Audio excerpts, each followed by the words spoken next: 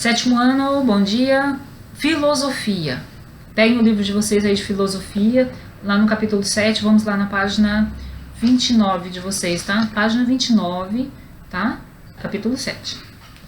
Olha só. A página 29 de vocês está ali na problematização, ainda falando sobre a cultura, a definição de cultura, ok? E filosoficamente, tá?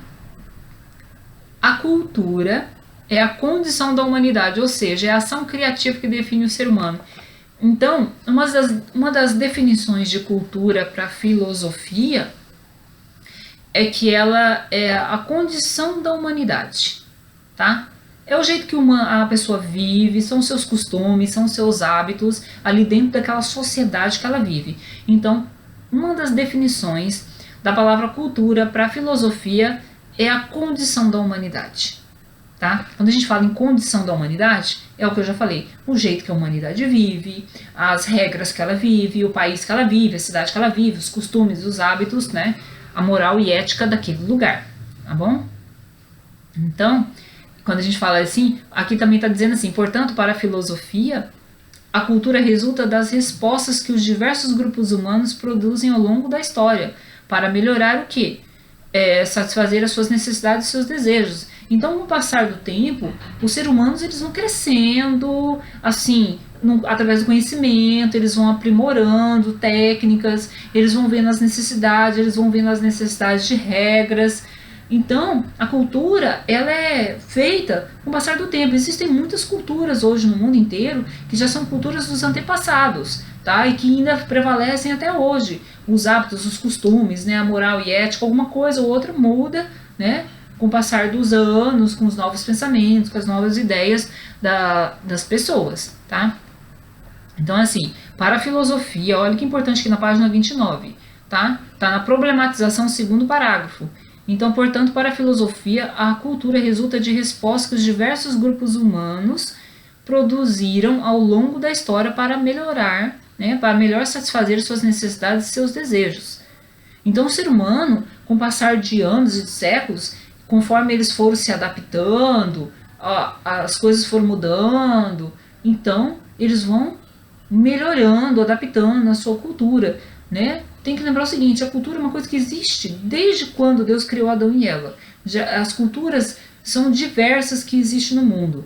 Culturas, assim, seculares, que permanecem até hoje. Mas, assim, com o passar dos anos, né? O ser humano, como eu falei, vai aprimorando muitas coisas, vai aprimorando as ideias, vai aprimorando os pensamentos, ok? Novas descobertas, né? Novas maneiras de se viver, para sobreviver. Então, a cultura, ela nunca é estática. A cultura, ela tem algumas coisas dela que permanecem, mas outras coisas são mudadas, tá? Com o passar dos séculos, dos anos, da mentalidade, da situação da vida no dia a dia, ok? Então, ele ainda fala assim, que isso resultou em um conjunto de conhecimentos técnicos e práticos que eu falei, né, para vocês, uma espécie de sistema simbólico que se aprende e transmite aos outros como legado histórico, é lógico, porque a cultura, hoje, nossa cultura, a cultura da nossa casa, a gente vai passando para os filhos vão passando para os filhos deles, só que aí vai havendo aprimoramento, novos conhecimentos, novas maneiras de pensar, tá, embutida dentro de uma cultura. Tem outras culturas que são mais rígidas, que são mais fechadas, não tem tantas mudanças, tá.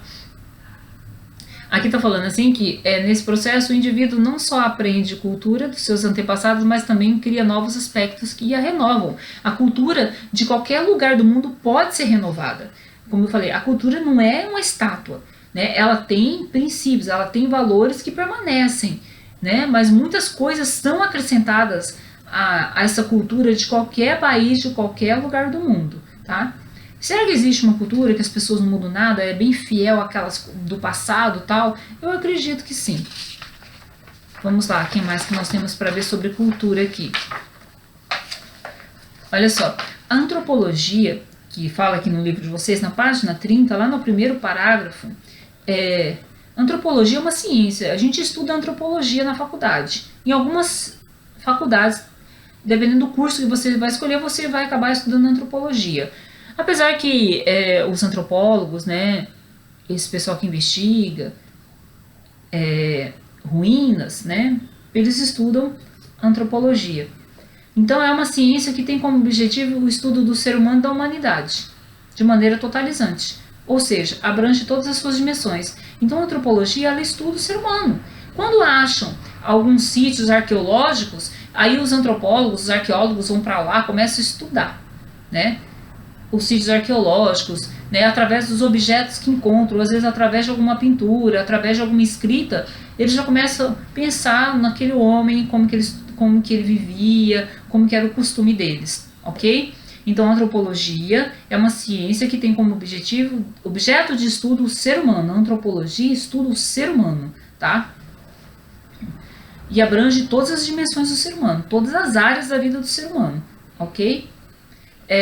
E aqui embaixo também traz uma coisa interessante que fala assim, ó, o saber antropológico, o conceito de cultura inclui diversas questões, tais como universo psíquico, mitos, costumes, rituais, histórias peculiares, linguagem, valores, crenças, leis, relações de parentesco e entre outros aspectos. Cultura envolve tudo isso. É parentesco, são as leis, são as crenças do lugar que você vive, são os valores morais e éticos que se tem ali naquela sociedade onde você vive, a linguagem, as línguas diferentes que existem no mundo inteiro, né? Até os sotaques faz parte da cultura, as histórias peculiares, as histórias contadas ali sobre aquele lugar, costumes, rituais, né? Mitos, o universo psíquico, né, o pensamento da pessoa. Então, assim, a cultura envolve diversas dimensões da vida de um ser humano, ok? Tá? Então, isso aí é a cultura definida pela antropologia, tá aí na página 30 de vocês, aí nesse primeiro parágrafo, tá bom? Deixa eu ver o que mais nós temos aqui. Na página 31, ainda continua falando da filosofia e cultura, lá na reflexão, tá? Primeiro parágrafo.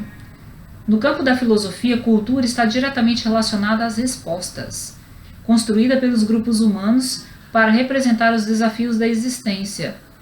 Essas respostas são manifestadas em termos de conhecimento, paixão e comportamento. Então, assim, no campo da filosofia, a cultura, ela tá as respostas que o ser humano dão para aquela situação daquele momento, para aquelas coisas que aconteceram naquele momento. Então o ser humano vai dando as respostas, vai criando, vai tendo os conhecimentos, vai melhorando, e ali ele vai criando a sua cultura, tá?